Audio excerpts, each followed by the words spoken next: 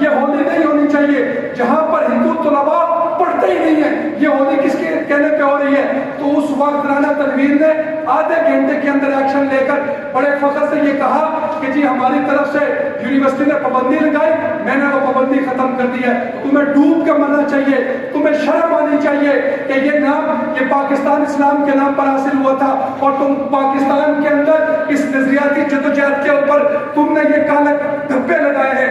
M S of Pakistan آپ کو فکر مند کرتی ہے کہ ان لوگوں نے ڈاکٹر عافیہ صدیقی کو اغیار کے ہاتھوں بیچا ہے. ان لوگوں نے ناموس رسالت کے مجاہد ممتاز قادری کو شہید کیا ہے.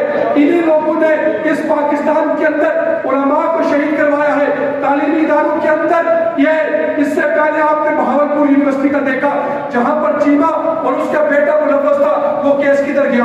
ایک کے موبائل سے 750 ویڈیو ملتی ہے، وہ کیس کدھر گیا؟ کوئی پوچھنے والا نہیں ہے. گورنمنٹ ختم ہو جاتی ہے. ابھی پیپلز پارٹی کہہ رہی ہے کہ یہ جو 16 مہینے گزارے یہ نون لیگ کی غلطی ہے. نون لیگ کہتی ہے جی پیپلز پارٹی کی غلطی ہے.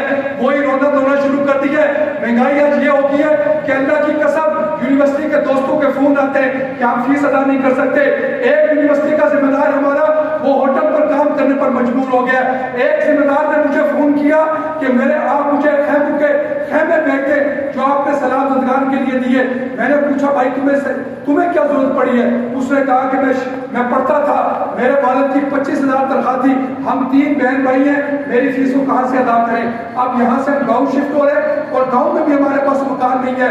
آپ کے پاس اگر خیمے پڑے تو وہ دیر میں خیمے لگا کر اپنے ماں باپ کو وہاں رکھ کر میں کراچی جا کر کوئی نوکری کرتا ہوں. خدا کی قسم یہ ایک فون ہے کہ لوگ تعلیم سے دور ہو رہے، لوگوں نے دینداری لوگوں سے چھین لی گئی ہے. آج غریب طبقہ پستی پہ پڑ رہا ہے. پاکستان کا دفاع کیسے ممکن ہے؟ پاکستان کا دفاع ایسے ممکن ہے کہ ہم نے دیندار کی عادت کو آگے لے کر آنا ہے، ہم نے پڑھے لکھے طبقے کو لے کر آنا ہے، ہم نے ان لوگوں کو آگے نہیں لے کر آنا ہے جنہوں نے آج تک پاکستان کو تباہ کیا ہے. میرے دوستو یہ میری اور آپ کی محنت کے اوپر ہے کہ انشاءاللہ تعالی آنے والا الیکشن جو ہے آپ اپنے معاشرے کے اندر ان لوگوں کا چناؤ کریں جو غریب کے درد کو محسوس کرتے ہوں، جو ناموس رسالت کے اوپر پہرا دیتے ہوں، جو صحابہ کرام کی عظمت کی بات کرتے ہوں، جو غریب طبقے کی بات کرتے ہوں. انشاءاللہ تعالی 2023 کے اندر ہم ان لوگوں کو ضرور لے کر آئیں گے جو اس پاکستان کا دفاع کریں گے انشاءاللہ. اس کے لیے آپ تیاری کریں گے انشاءاللہ.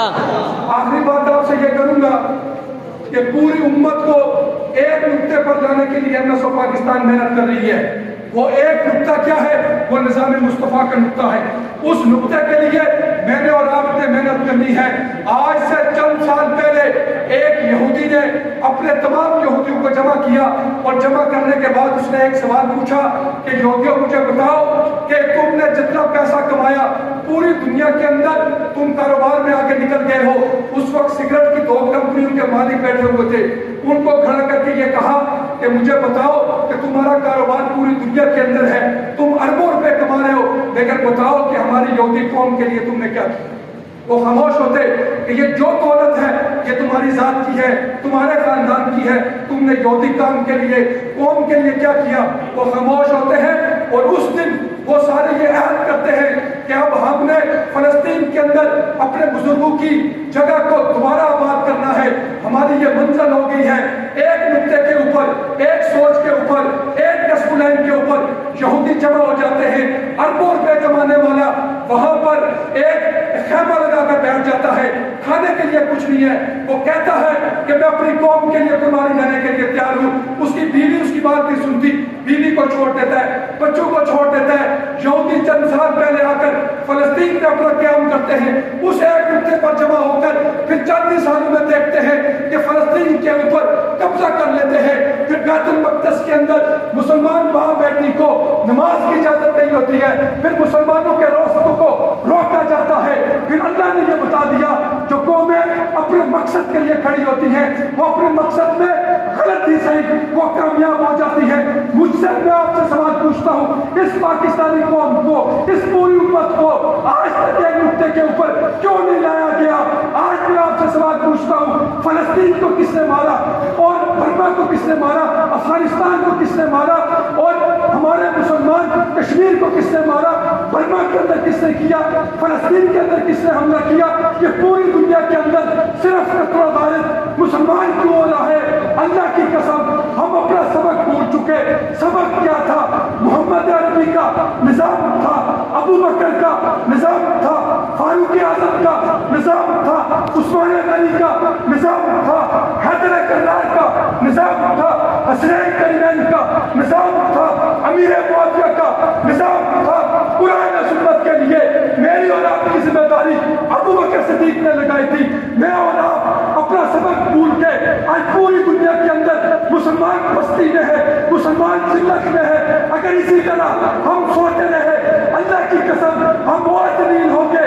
آج بھی ایمبیسی پاکستان پوری دنیا کے مسلمانوں کو یہ سبق یاد کرواتی ہے کہ تمہارا پلٹنا ہوگا، ریاست مدینہ کی طرف جانا ہوگا۔ انشاءاللہ تعالی وہ دن دور نہیں ہے جس طرح قطر کے اندر 313 نے انقلاب لایا تھا، ایمبیسی پاکستان کے عوامل بھی اس پوری دنیا کے اندر قرآن و سنت کا نظام لائیں گے انشاءاللہ۔ اس کے لیے جدوجہد کریں گے آپ لوگ انشاءاللہ۔ آپ سے گزارش یہ ہے کہ اپنی تنظیم سازی کو مضبوط کریں، اپنے لوگوں کو مضبوط کریں، نماز کی پابندی کرتے ہوئے، اپنے معاشرے کے اندر بہتری کرتے ہوئے اس پاکستان کو جس مشکل حالات کے اندر گزر رہا ہے، آج میں نے اور آپ نے اپنے مسلمان بھائیوں کو ایک ترغیب دینی ہے کہ جو کچھ ہو جائے یہ مٹی ہماری ہے، یہ ملک ہمارا ہے، انشاءاللہ تعالی دن بدلیں گے۔